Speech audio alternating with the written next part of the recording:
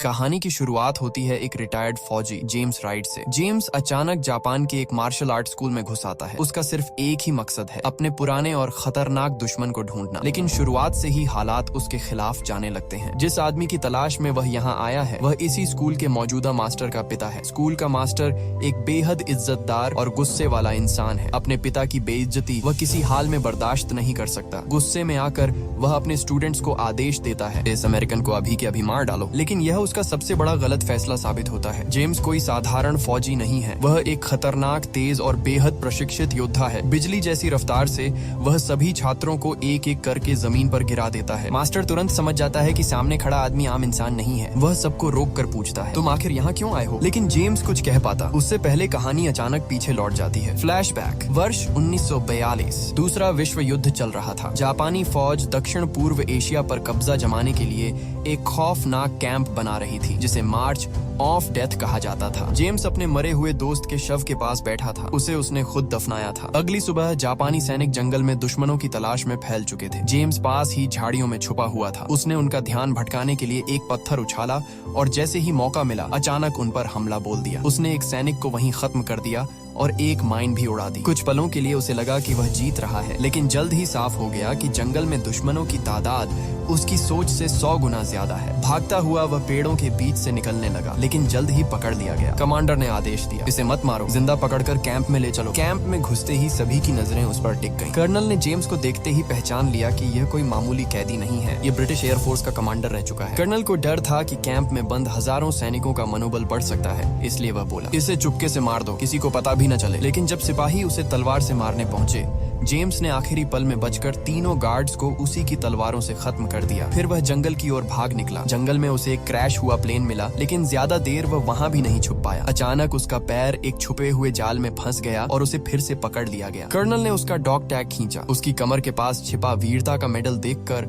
वह हैरान रह गया। ये मेडल सिर्फ बेहद बहादुर सैनिकों को मिलता है। कर्नल ने कहा, इसे अभी मत मारो, इसे नीचे वाली सेल में फेंक दो। कल एक और लड़ाई में भेजेंगे जहाँ इसकी मौत तय है। सेल में जेम्स को कुछ और कैदी मिले, ज्यादातर अमेरिकन। उनमें से एक ने अपना नाम बताया, गैब्रियल। कैदियों ने पूछा, क्या ब्रिटिश आर्मी हमें यहाँ से छुड़ाने आएगी? जेम्स चुप रहा। उन्हें पता था कि इससे पहले यहाँ वियतनामी कैदी रखे गए थे, लेकिन आर्मी पहुँचने से पहले ही जापानियों ने सबको मार दिया था। जेम्स को याद आया कि उसका स्क्वाड जब इस जगह पहुंचा था उनका प्लेन दुश्मन की गोलाबारी के बीच क्रैश हो गया था और वह अकेला बचा था। कुछ देर बाद उसने सच्चाई बता दी, इस इलाके में अब कोई पायलट जिंदा नहीं है, कोई रेस्क्यू नहीं आएगा। यह कैंप एक आइलैंड पर बना था, चारों तरफ पहरा, वॉच टावर और हथियारबंद गार्ड्स। कैदियों ने कहा, यहाँ से कोई नहीं भाग सकता, जो भी कोशिश करता है पकड़ा जाता है। ऊपर की ओर एक और कैंप था, मार्च ऑफ डेथ। वहाँ से आज तक कोई वापस नहीं आया था। अगली सुबह कंपाउंड चीखों की आवाजों से भर उठा। सिपाही लाइन में ट्रेनिंग कर रहे थे। हवा में उनके जूतों की आवाज और जापानी फौज का अनुशासन साफ महसूस हो रहा था। सजा का समय आ चुका था। जेम्स के हाथ बांधकर उसे मैदान की ओर ले जाया जा रहा था, लेकिन सबके सामने पहुंचने से ठीक पहले कमांडर ने आदेश दिया, रस्सियां काट दो, इसे अभी नहीं मारना है। असल में कमांडर किसी बड़ी चीज की तैयारी कर रहा था। दिल दहलाने वाला असली तमाशा अभी बाकी था। 2 कैदियों को सजा मिलने वाली थी क्योंकि उन्होंने राशन चुराकर अपने बिस्तर के नीचे छुपा दिया था। उनकी सजा मौत नहीं थी, लेकिन उससे भी ज्यादा खतरनाक थी। उन्हें कैंप के सबसे जानलेवा फाइटर से लड़ना था। वह फाइटर किसी मशीन की तरह था, सख्त मांसपेशियां, पत्थर जैसे मुक्के। उसके सामने सबसे ताकतवर कैदी भी डर से पीछे हट जाते थे। ये पूरा नजारा बाकी सभी कैदियों में खौफ पैदा करने के लिए था कि जापानी फौज से चोरी करने का अंजाम क्या होता है। मैच खत्म होते ही अब सब लोग जेम्स की मौत का इंतजार कर रहे थे। अब सबके मन में यही बात थी कि इतने खतरनाक खिलाड़ी के सामने जेम्स का बचना लगभग नामुमकिन है। लेकिन सिर्फ कुछ ही सेकंडों में जेम्स ने उस विशाल और खतरनाक फाइटर को केवल 2 तेज हमलों में धराशायी कर दिया। पूरे मैदान में सन्नाटा छा गया। कर्नल बिना किसी प्रतिक्रिया के शांत सा खड़ा रहा और फिर धीरे धीरे अपने टेंट की ओर चला गया। टेंट में पहुंचते ही एक सिपाही ने कर्नल से कहा कि जेम्स को जिंदा रखना गलत है, ऐसे आदमी को तो उसकी आखिरी सांस तक तकलीफ देनी चाहिए। लेकिन कर्नल की सोच कुछ और ही थी। उसकी आंखों में जेम्स की ताकत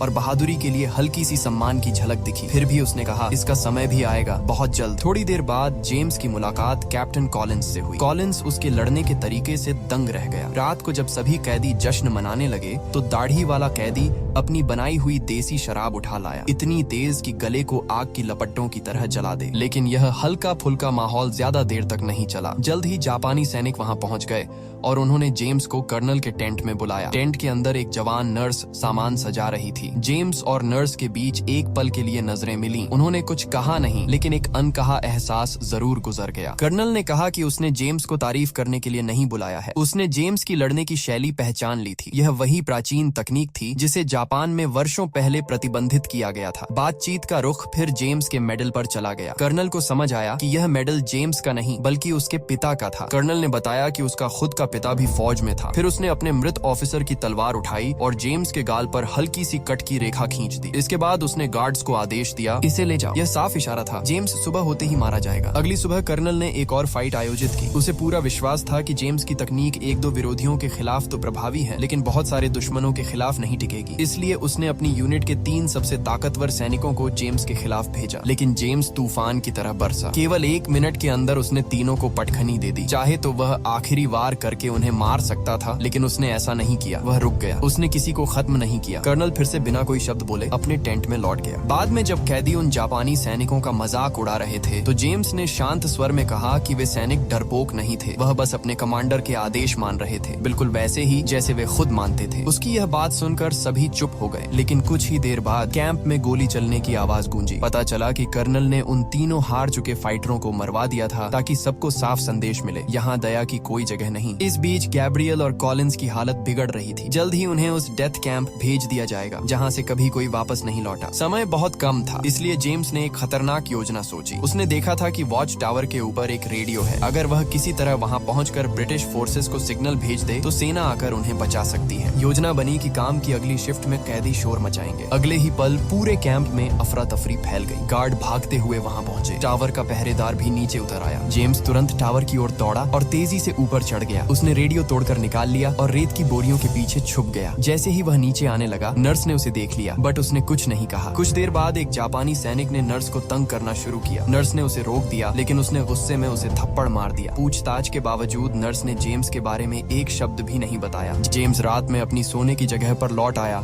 और रेडियो को छुपा दिया। सबने फैसला किया कि अभी सिग्नल नहीं भेजना, सिर्फ सुनना है, शायद ब्रिटिश या अमेरिकन कोई मैसेज मिल जाए। लेकिन अगली सुबह खतरा उनके सिर पर आ गया। कर्नल ने एक इमरजेंसी मीटिंग बुलाई। वह पता लगाना चाहता था कि किसने भागने की कोशिश की है। जेम्स ने एक कैदी को बहुत घबराया हुआ देखा। रात में उसने उससे बात की तो कैदी ने बताया कि बॉर्डर के एक कोने में उसने एक छोटा सा गुप्त सुराख बनाया है जिसे वह धीरे धीरे बड़ा कर रहा था ताकि भाग सके। जेम्स ने उसी रात भागने का फैसला कर लिया। उसने अपना बिस्तर ऐसे सेट किया जैसे कोई चादर ओढ़कर सो रहा हो और चुपके से भाग निकला। दाढ़ी वाले कैदी ने भी उसकी मदद की। महीनों में पहली बार जेम्स कैंप की सीमा के बाहर पहुंचा। इसी दौरान एक गार्ड इंस्पेक्शन के लिए आया। उसने देखा कि जेम्स गायब है, लेकिन दाढ़ी वाले कैदी की आंखों में देखकर उसने कुछ भी नहीं कहा और वहां से चला गया। जंगल से गुजरते हुए जेम्स समुद्र किनारे पहुंच गया। अचानक उसके हाथों में रखे रेडियो में अमेरिकन सेना का सीक्रेट कोड सुनाई दिया। इसका मतलब था कि अमेरिकी फोर्सेस पास में ही हैं, शायद हमला करने की तैयारी में। वहीं उसे दोबारा वह क्रैश हुआ हवाई जहाज दिखाई दिया। जहाज के पास एक मजबूत मेटल हुक पड़ा था। उसे देखते ही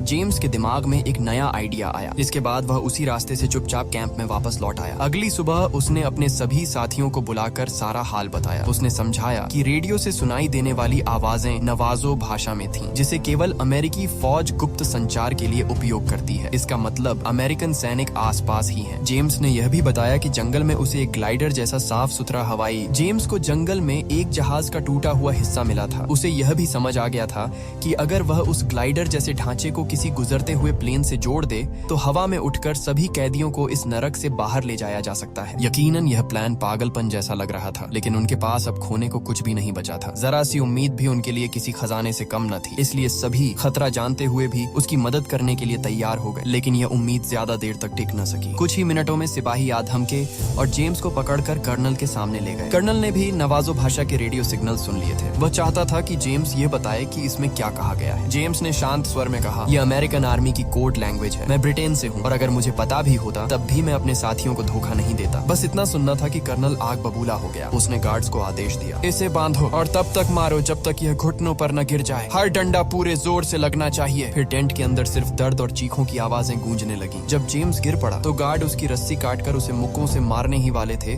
कि अचानक जेम्स ने अपना असली प्लान शुरू कर दिया। उसने अपनी बची हुई ताकत से एक गार्ड को उठाकर जोर से नीचे पटका। कर्नल ईटो की आंखों के सामने अपने सैनिकों को एक अकेले कैदी के हाथों गिरते देखना कर्नल ईटो के लिए अपमान से कम नहीं था। गुस्से में भरकर वह कैंप के बीचों बीच गया और वहीं खड़े कुछ वर्कर्स को गोली मार दी। वह जोर से चिल्लाया, अब बाकी सब मौत से भी बदतर जिंदगी जिएंगे। लगातार दर्द सहते सहते जेम्स बेहोश हो गया। 2 दिन बाद जब होश आया तो वह दवाखाने में लेटा था। कर्नल ने आदेश दिया था कि इसे मरा नहीं, जिंदा रखा जाए। उसके घावों का इलाज वही जवान नर्स कर रही थी। वह 3 महीने से कैंप में थी और बाकी कैदियों की तरह खुद भी कैद थी। जेम्स उससे कुछ पूछने ही वाला था कि तभी एक सिपाही अंदर आया और उन्हें अलग कर दिया। रात को जेम्स अकेला लेटा हुआ था कि अचानक गोलियों की आवाज गूंजी। उसने आंख खोली तो कर्नल ईटो को देखा। वह एक कैदी को सबके सामने चाकू से मार रहा था ताकि बाकी सबको डराया जा सके। यह मंजर जितना डरावना था उतना ही जेम्स के लिए खुलासा था। उसे अब समझ आ चुका था कर्नल ईटो उसे छिपकर नहीं मारेगा। वह हर मुकाबले, हर लड़ाई को अपने लिए एक सम्मान की परीक्षा बनाता है। वह चाहता है कि जेम्स को बराबरी की लड़ाई में हरा कर मारे, जैसे उसके टीचर ने उसे सिखाया था। थका होने के बावजूद जेम्स ने हिम्मत नहीं हारी। उसने कहा, अगर यही तुम्हारे सबसे अच्छे फाइटर हैं तो मैं घर बिल्कुल जिंदा लौटूंगा। कर्नल के चेहरे पर हल्की सी भी प्रतिक्रिया नहीं आई। वह बस बोला, अगर जापान हार गया तो इस कैंप का एक भी आदमी जिंदा नहीं बचेगा। इसके बाद जेम्स कैदियों के पास लौट आया। दोस्तों ने बताया कि सुबह अमेरिकन प्लेन्स आए थे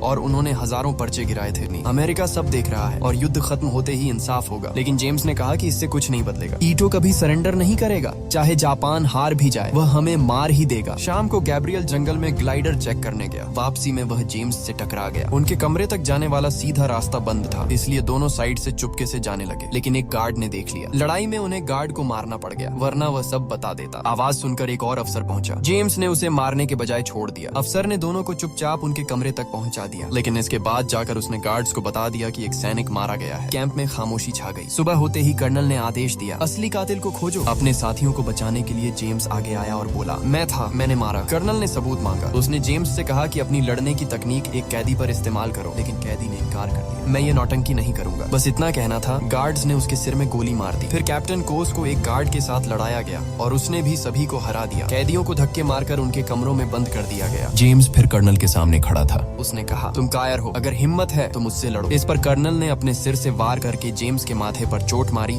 और उसे बाहर फेंकवा दिया। उसी रात जेम्स और गैब्रियल सच में भाग निकले। जंगल से गुजरते हुए वे तट की ओर पहुंचे ताकि अमेरिकी फौज से संपर्क कर सकें। दोनों अलग अलग भाषाओं में बात कर रहे थे ताकि जापानी गार्ड्स कुछ समझ न पाए। उनका प्लान साफ था, एक सिग्नल रॉकेट चुराना, उसे आसमान में फायर करना, प्लेन को अपनी लोकेशन बताना, प्लेन से ग्लाइडर जोड़ना और ग्लाइडर से आइलैंड छोड़कर उड़ जाना। यही उनका इकलौता रास्ता था। जब दोनों वापस अपने कमरे में लौटे तो कमरा बिल्कुल सूना था, एकदम खाली। लाइटें अचानक बंद हो गईं। उसी पल फौजी अंदर घुस आए और जेम्स और गैब्रियल पर हमला करके उन्हें बेहोश कर दिया। जेम्स तब होश में आया जब ऊपर आसमान में एयरप्लेन गरज रहे थे। कैंप की नर्सें आसमान की तरफ देखकर हैरान थीं। उन्हें लगा शायद अमेरिकन फौज आ गई है उन्हें बचाने। कुछ ही पलों में पूरे कैंप में पागलपन जैसा हंगामा शुरू हो गया। कैदियों को फिर से बांध दिया गया और पूरे टापू पर धमाकों की गूंज फैलने लगी। अमेरिकी फोर्स ने आइलैंड पर हमला कर दिया था। अब यह जगह कर्नल ईटो के कंट्रोल में बिल्कुल नहीं रही। गुस्से और बौखलाहट से भरे ईटो ने सामने दिखने वाले हर इंसान को मारना शुरू कर दिया, चाहे वह कैदी हो या उसका अपना सिपाही। गोलीबारी के बीच जेम्स ने फैसला किया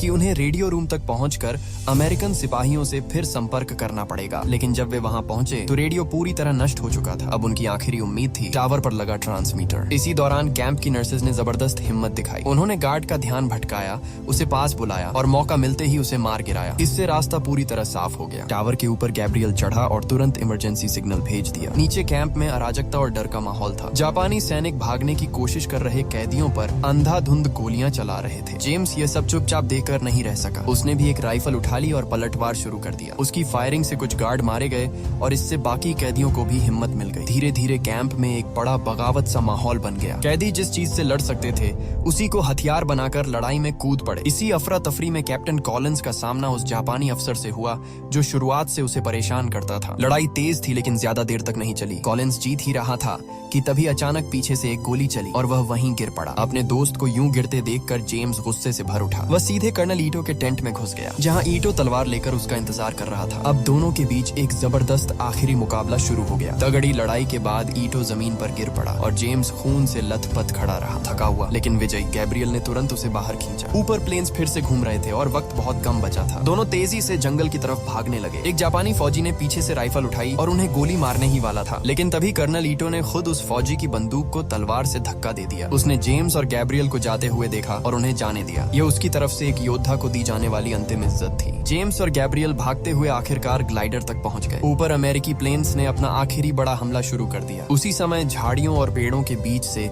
जापानी फौजी उन पर हमला करने निकले, लेकिन प्लेन्स ने गोलियों की बौछार कर दी। कुछ ही सेकंड में सारे जापानी सैनिक मारे गए। अच्छे बुरे सभी खत्म हो चुके थे। धुएं और धमाकों के बीच जेम्स ने टोइंग केबल उठाई और ग्लाइडर पर लगा दी। अगले ही पल एक अमेरिकी प्लेन उनके ऊपर से गुजरा और केबल को पकड़ लिया। ग्लाइडर जोर का झटका खाकर हवा में ऊपर उठ गया। नीचे आइलैंड छोटा और दूर होता गया और दोनों ने कसम खाई कि वे एक दिन वापस आएंगे और बाकी बचे लोगों को भी इस जगह से आजाद कराएंगे। इसी कसम ने जेम्स को जापान के उस छोटे से मार्शल आर्ट स्कूल तक पहुंचाया था। वह उस मास्टर को ढूंढने आया था जिसने कभी कर्नल ईटो को ट्रेन किया था। नए मास्टर ने अपने स्टूडेंट्स को कमरे से बाहर भेज दिया और जेम्स की बात गंभीरता से सुनी। मास्टर ने बताया, मेरे पिता और पुराने गुरु 1 साल पहले गुजर गए। मरने से पहले उन्होंने कहा था कि एक दिन एक फिरंगी आएगा, एक ऐसा आदमी जो उस निषिद्ध तकनीक से लड़ता हो जिसे सालों पहले बैन किया गया था। मास्टर ने जेम्स से कहा, अपनी तकनीक दिखाओ। जेम्स ने शांत होकर कुछ घातक मूव्स दिखाए पर किसी पर वार नहीं किया, बस तकनीक की झलक दिखाई। मास्टर समझ गया, यही वह इंसान है जिसके बारे में भविष्यवाणी की गई थी। फिर उसने एक छोटा लकड़ी का डिब्बा निकाला। उसके अंदर जेम्स के पिता का मेडल और उनका डॉग टैग रखा हुआ था। 2 योद्धा जो किसी और समय में शायद एक दूसरे के दुश्मन होते पर अब शांति में एक साथ खड़े थे। तो दोस्तों, ये थी आज की कहानी। अगर वीडियो पसंद आया हो तो लाइक करना मत भूलिएगा और ऐसी ही मजेदार और दमदार मूवी एक्सप्लेनेशन के लिए चैनल को सब्सक्राइब करें और बेल आइकन जरूर दबाएं ताकि अगली वीडियो का नोटिफिकेशन सबसे पहले आप तक पहुंचे। मैं मिलता हूं आपसे अगली रोमांचक कहानी में। तब तक के लिए धन्यवाद और जुड़े रहिए।